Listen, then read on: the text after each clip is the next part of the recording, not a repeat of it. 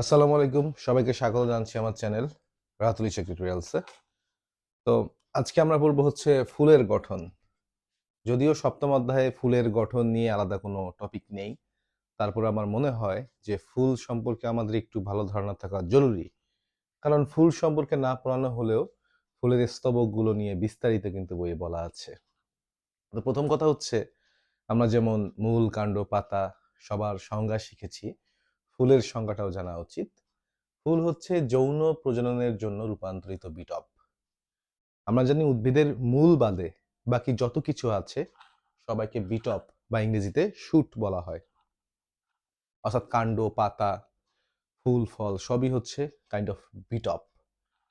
এই বিটপের মধ্যে একটা বিটপ সৃষ্টি হয় যৌন প্রজননের উদ্দেশ্যে, অর্থাৎ ওটাকে আমরা বলতে পারি উদ্ভিদের যৌনাঙ্গ। যেমন মানুষের বা বিভিন্ন প্রাণীর যৌনাঙ্গ আছে, উদ্ভিদেরও যৌনাঙ্গ আছে, এবং সেটা হচ্ছে বেসিক্যালি ফুল। ফুল হচ্ছে উদ্ভিদের যৌনাঙ্গ। এটা দিয়ে উদ্ভিদ যৌন প্রজনন করে, এবং দেখা যায় মানুষও বিভিন্ন সময় এটাকে ইউজ করে প্রপোজ করার জন্য বা সামথিং। এটা আসলে কতটুকু জাস্টিফাইড আমি জানি না। কেন ফুল দিতে হবে? ফল দাও, পাতা দাও, ফুল দিবা কেন? ফুল তো দেওয়াটা একটু, যাই হোক। এখন দেখো তাহলে, ফুল হচ্ছে উদ্ভিদের যৌন প্রজননের জন্য রূপান্তরিত বিটপ। তো কথা হচ্ছে ফুলের গঠন আমরা আজকে শিখব। তো তোমাদের কাছে আমার প্রথম প্রশ্ন, ফুলে কয়টি স্তবক থাকে? ফুলে কয়টি স্তবক থাকে? সবাই কমেন্টে লিখো। ফুলের স্তবক কয়টি? সবাই কমেন্টে লিখো।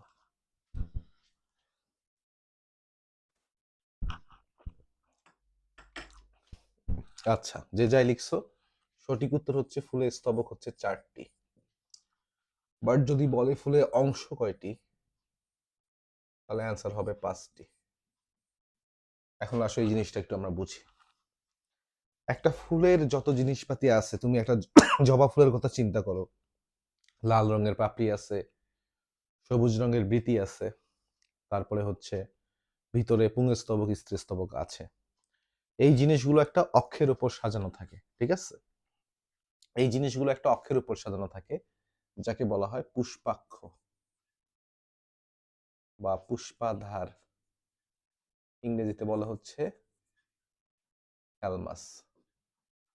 ওকে, সকল ফুলে একটা পুষ্পাধার আছে। এই পুষ্পাধারের উপর আমরা প্রথমে বলতে পারি হচ্ছে দল থাকে। ওই যে লাল রঙের পাপড়িগুলা, পাপড়ি মানেই হচ্ছে দল। সবগুলো পাপড়ি মিলে বলা হয় দলমণ্ডল। হ্যাঁ, দলমণ্ডল লিখলে ভালো হইতো। এরপরে আছে বৃতি, আমি দলমণ্ডল লিখে দিই। এক একটা পাপড়িকে দল বলে, সবগুলো দল মিলে হয় দলমণ্ডল। একই রকম সবুজ সবুজ যেগুলো আছে ওগুলোকে বলা হয় বৃত্তাংশ, সবগুলা বৃত্তাংশ মিলে হয় বৃতি। তারপর আছে হচ্ছে উদ্ভিদের পুংস্তবক, এবং শেষে আমরা বলতে পারি আছে উদ্ভিদের স্ত্রী স্তবক।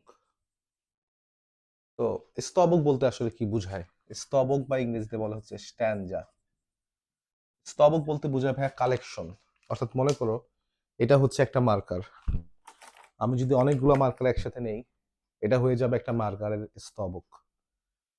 এটা হয়ে যাবে কিভাবে? মার্কারের স্তবক হয়ে যাবে। একা একা কিন্তু কেউ কখনো স্তবক গঠন করতে পারে না। মার্কার একটা একা বসে আছে, ও কোনো স্তবক না। বাট অনেকগুলা মার্কার একত্রে থাকলে বলা হবে মার্কারের স্তবক। ওই যে বলো না পুষ্প স্তবক, তো পুষ্প স্তবকে কি একটা পুষ্প রাখে না শত শত পুষ্প বা অনেকগুলো পুষ্প রাখে? অনেকগুলা পুষ্প কিন্তু রাখে। ঠিক তেমনি দেখো, একটা ফুলের মধ্যে পুষ্পাধার কিন্তু ভাইয়া জাস্ট একটাই আছে। কয়টা আছে? একটা। তো ও কোনো স্তবক না, ও একটা ফুলের অংশ বাট স্তবক না। স্তবক হচ্ছে বাকিগুলো। যেমন দেখো, অনেকগুলো দল মিলে দলমণ্ডল গঠন করে, অনেকগুলো বৃত্তাংশ মিলে বৃত্তি গঠন করে, অনেকগুলো পুংকেশর মিলে পুংস্তবক গঠন করে, অনেকগুলো স্ত্রী স্তবক মিলে মানে স্ত্রী কেশর মিলে স্ত্রী স্তবক গঠন করে। এই 4টা হচ্ছে ভাইয়া স্তবক। ওকে, বাট অংশ বলতে গেলে সবগুলোই ফুলের অংশ। পুষ্পাধার বা থ্যালমাস পর্যন্ত ফুলের অংশ, বাট ওটা কিন্তু ফুলের কোনো স্তবক না। স্তবক হচ্ছে এই 4জন। প্রথম স্তবক বলা হয় দলমণ্ডলকে, দ্বিতীয় হচ্ছে বৃতি, তৃতীয় পুংস্তবক, চতুর্থ স্তবক হচ্ছে স্ত্রী স্তবক। এভাবে আর কি, এটা নাম্বারিংটা ইম্পর্টেন্ট না। আচ্ছা, তা আসলে এখন আমরা একটু ফুলের গঠনটা দেখি এবং এর সাথে আনুষঙ্গিক কিছু জিনিসপাতি, যেমন একটা ব্যাপার বইয়ে লেখা আছে টেপাল, পেটাল, সেপাল, গ্যামোপেটালি, পলিপেটালি, ব্র্যাক্ট, ব্র্যাকটিওল। এই টার্মগুলো তোমরা পড়ো এবং কনফিউজড হয়ে যাও এগুলো আসলে কি, কারণ তোমরা ওই ফুলের গঠন টপিকটা পড়ো না, বইয়ে দেওয়া নাই, তো কি করবো ভাইয়া, তোমাদেরও দোষ নাই। তো আসলে আমরা একটু দেখি ফুলে। এই হচ্ছে মনে করো ফুলের পুষ্পাধার, হ্যাঁ পুষ্পাধার। এই পুষ্পাধারের মধ্যে এভাবে মনে করা আছে হচ্ছে স্ত্রী স্তবক, গর্ভাশয়, গর্ভদণ্ড, গর্ভমুণ্ড, ঠিক আছে, স্ত্রী স্তবক। এর পাশ দিয়ে মনে করা আছে হচ্ছে পুং স্তবক গুলো, বিভিন্ন ভাবেই থাকতে পারে, হ্যাঁ মনে করো পুং স্তবক গুলো আছে। তো স্ত্রী স্তবক আর পুং স্তবক নিয়ে আমাদের আলাদা ক্লাস আছে, যেহেতু আমি আজকে বেশি আলোচনা করব না, আমি আলোচনা করব বৃতি, উপবৃতি এইসব বা দল নিয়ে। হ্যাঁ, তা দেখো প্রথমে এটা যদি জবা ফুল হয়ে থাকে ভাইয়া, জবা ফুলে কিছু পাপড়ি আছে, লাল রঙের পাপড়ি,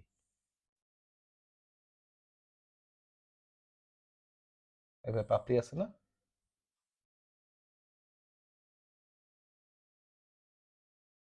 এরকম হচ্ছে পাপড়ি আছে। এই লাল রঙের পাপড়ি গুলাকে, এক একটা পাপড়িকে বলা হয়, সবগুলা পাপড়ি মিলে তৈরি করছে দলমণ্ডল। কি তৈরি করছে ভাইয়া? দলমণ্ডল তৈরি করছে। এবং দলমণ্ডলের প্রতিটা অংশকে বলা হয় দল, বা ইংরেজিতে বলে হচ্ছে পেটাল। ইংরেজিতে বলে কি ভাইয়া? পেটাল। দলের প্রতিটা অংশকে বলা হয় দলমণ্ডল বা পেটাল। এরপর দেখো তোমার জবা ফুলের যদি চিন্তা করো, দলের পাশে এরকম ছোট ছোট কিছু পাতা আছে,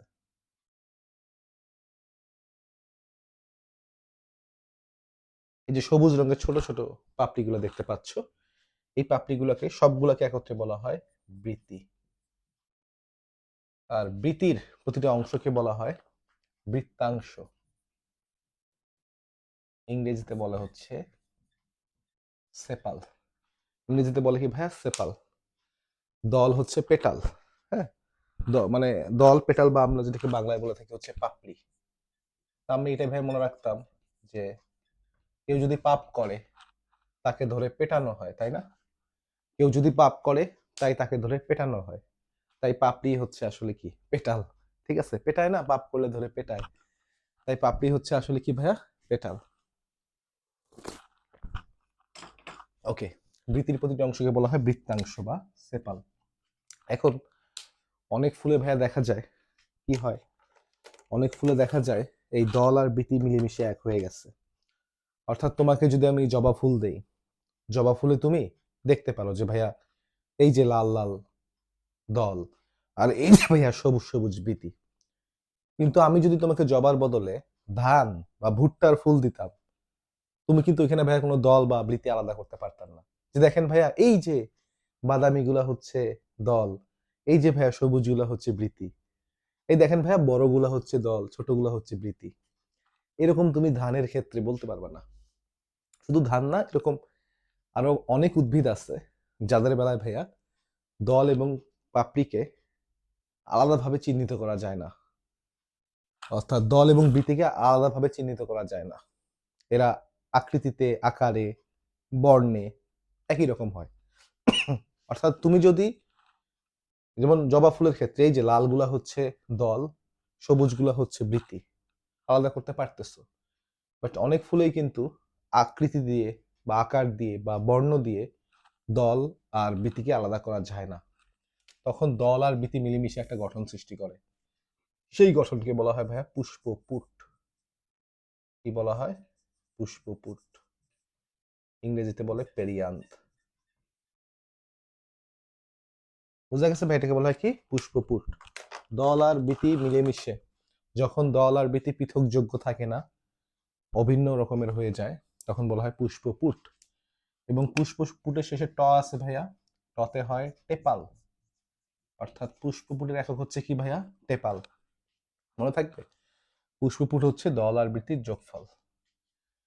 ওকে, ক্লিয়ার সবাই? তাহলে দেখো, দলের একক হচ্ছে পেটাল, বৃতির একক হচ্ছে সেপাল, পুষ্পপুটের একক টেপাল। ট দিয়ে পুষ্পপুট শেষ হয়েছে, ট দিয়ে টেপাল শুরু হয়েছে। তাহলে পেটাল মানে পাপড়ি, পাপ করলে ধরে পেটানো হয়। পাপ করলে, কেউ পাপ করলে তাকে দল বেঁধে ধরে পেটাই, তাই পাপড়ি বা দল হচ্ছে পেটাল। পুষ্পপুট টেপাল, তাহলে পেটালও চলে গেছে, টেপালও চলে গেছে, বাকি আছে সেপাল। সেপাল হচ্ছে বৃতির একক। ক্লিয়ার? যেমন আমরা যখন ধানে যাব, ধান গাছও দেখা যাবে ভাইয়া বৃতি আর দল মিলেমিশে একত্রিত হয়ে যায়, ওটাকে বলা হচ্ছে পুষ্পপুট। এবং ধানে যে পুষ্পপুট আছে তার নাম হচ্ছে লডিকিউল। ধানের পুষ্পপুটের নাম লডিকিউল। এটা ধানে মানে পয়সি গোত্রে পাওয়া যায়। এটা আমরা দেখবো আর কি সামনে। ওকে, আগে থেকে একটু আইডিয়া দিয়ে রাখলাম যাতে পরবর্তীতে প্রবলেম না হয়। তাহলে এই গেছে হলো ভাইয়া ফুল। এটা হচ্ছে পুষ্পাধার, এই হচ্ছে স্ত্রীস্তবক, এগুলো ভাইয়া পুংস্তবক, লালগুলা হচ্ছে দলমণ্ডল, সবুজগুলা হচ্ছে বৃতি। এখন এই যে ফুলটা আছে ভাইয়া, ফুল গাছের একটা ডালের উপর থাকে, তাই না? এই মতো গাছের একটা ডাল, এই ডালের মধ্যে ফুল থাকবে। ওকে, গাছের ডালে ফুল থাকবে। এখন কথা হচ্ছে, ফুল কিন্তু ভাইয়া সরাসরি গাছের ডালে বসানো থাকতে পারে, মানে মঞ্জুরিতে, এটা একটু মঞ্জুরি বলা হয়। ফুল সরাসরি মঞ্জুরিতে বসানো থাকতে পারে, আবার এমনও হতে পারে যে বোটার মাধ্যমে মঞ্জুরির সাথে যুক্ত। এই হচ্ছে ফুলের বোটা বা বৃন্ত। যেমন আমরা দেখবো রজনীগন্ধা ফুল যেটা আছে, রজনীগন্ধা ফুলে ভাইয়া কোনো বৃন্ত থাকে না, ডিরেক্ট থ্যালামাসটা মঞ্জুরির উপর বসানো থাকে। আবার জবাতে বা গোলাপে ফুলের মধ্যে কিন্তু বৃন্ত আছে, বোটা আছে, বোটার মাধ্যমে থ্যালামাসটা মঞ্জুরির সাথে যুক্ত হচ্ছে। এই হচ্ছে বোটা। এখন এই যে ভাইয়া, আমি তোমাদের এটা আগেও বলেছি, ফুল যে শাখায় যুক্ত থাকে সেই শাখাকে বলা হয় মঞ্জুরি। ফুল যে শাখায় যুক্ত থাকে সেই শাখাকে কি বলা হয় ভাইয়া? মঞ্জুরি বলা হয়। ফুল যে শাখায় যুক্ত থাকে সেই শাখাকে বলা হয় কি? মঞ্জুরি বলে। দাঁড়াও,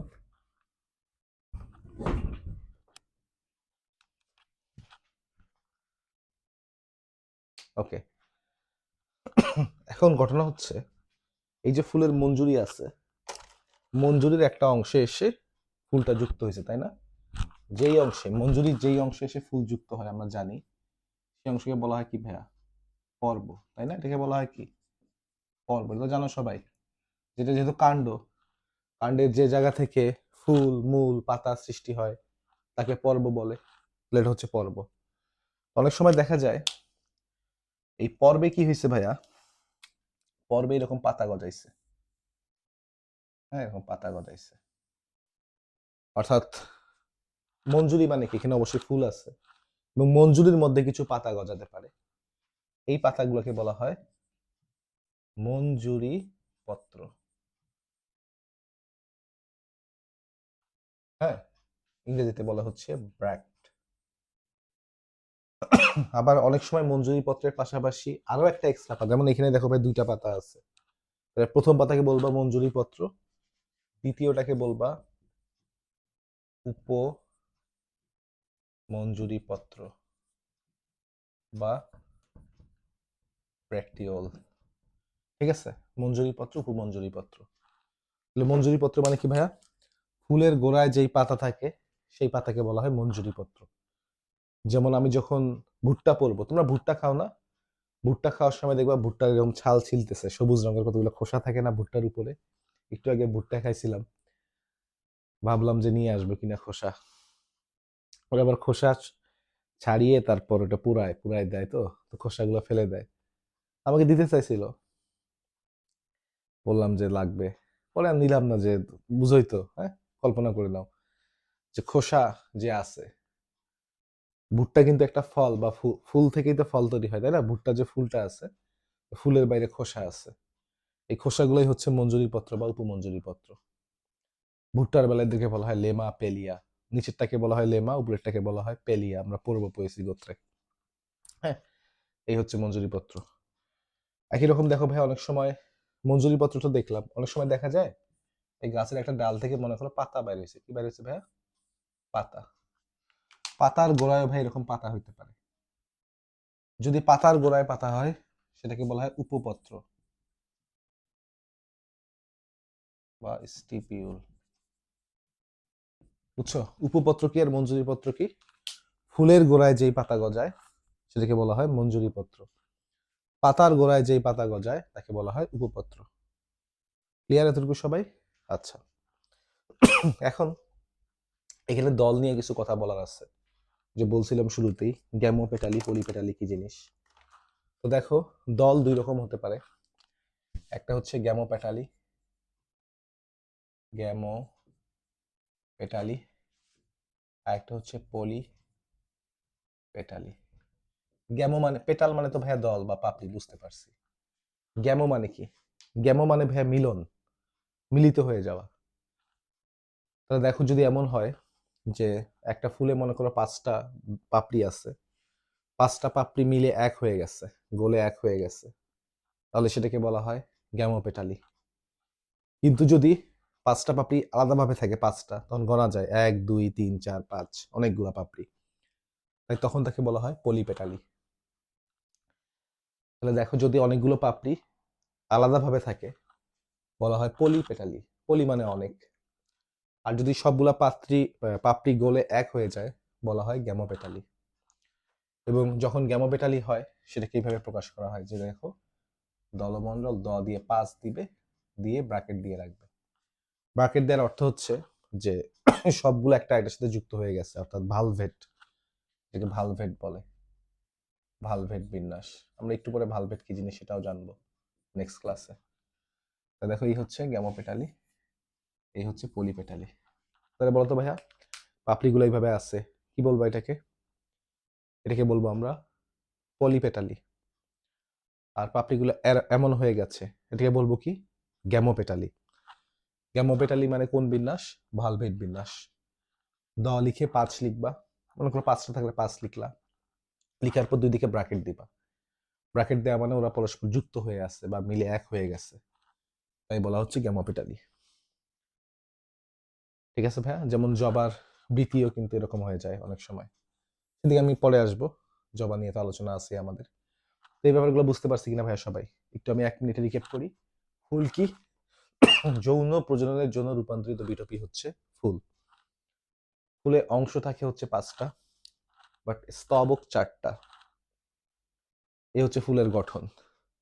তো আমরা পুংস্তবক স্ত্রী স্তবক নিয়ে যেহেতু আলাদা ক্লাস নিচ্ছি, এখানে আমি বিস্তারিত আর বলছি না। এই লাল লাল গুলা হচ্ছে পাপড়ি বা দলমণ্ডল। দলমণ্ডলের একককে বলা হয় দল বা পেটাল বা পাপড়ি। যদি পাপড়িগুলো আলাদাভাবে থাকে বলা হয় পলি পেটালি, বাট যদি পাপড়িগুলো একত্রিত হয়ে যায় বলা হয় গ্যামো পেটালি। এইভাবে ব্র্যাকেট দিয়ে প্রকাশ করে প্রথম বন্ধনী দিয়ে, এবং গ্যামো পেটালিতে ভালভেট বিন্যাস থাকে। বৃতি, সবুজ সবুজ যে পাতাগুলো দেখা যায় দলের পাশে, সেটাকে বলা হয় বৃতি। এই বৃতির অংশকে বলা হয় বৃত্তাংশ বা সেপাল। এবং এই দল এবং বৃতি হচ্ছে ভাই পুষ্পপত্র, মানে পুষ্পের ভিতর যে পত্র আছে। পুষ্পের বাইরে তো ভাই অনেক পত্র থাকে, তাই না?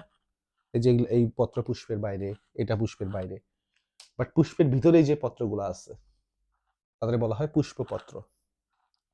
অনেক সময় দল আর বৃতি গলে এক হয়ে যায়, এটাকে বলা হয় পুষ্পপুট। পুষ্পপুটের একক হচ্ছে টেপাল।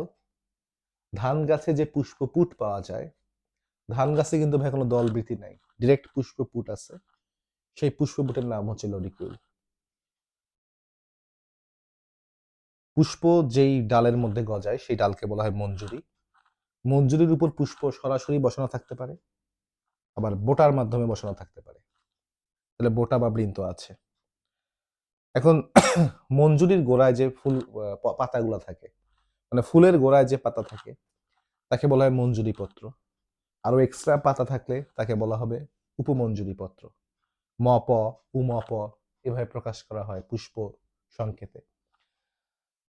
আর পাতার গোড়ার পাতাকে বলা হয় উপপত্র। ক্লিয়ার ভাই সবাই? আশা করি টপিকগুলো সবাই ঠিক মতো বুঝতে পারছো। থ্যাংক ইউ মনোযোগ দিয়ে ক্লাসটা করার জন্য।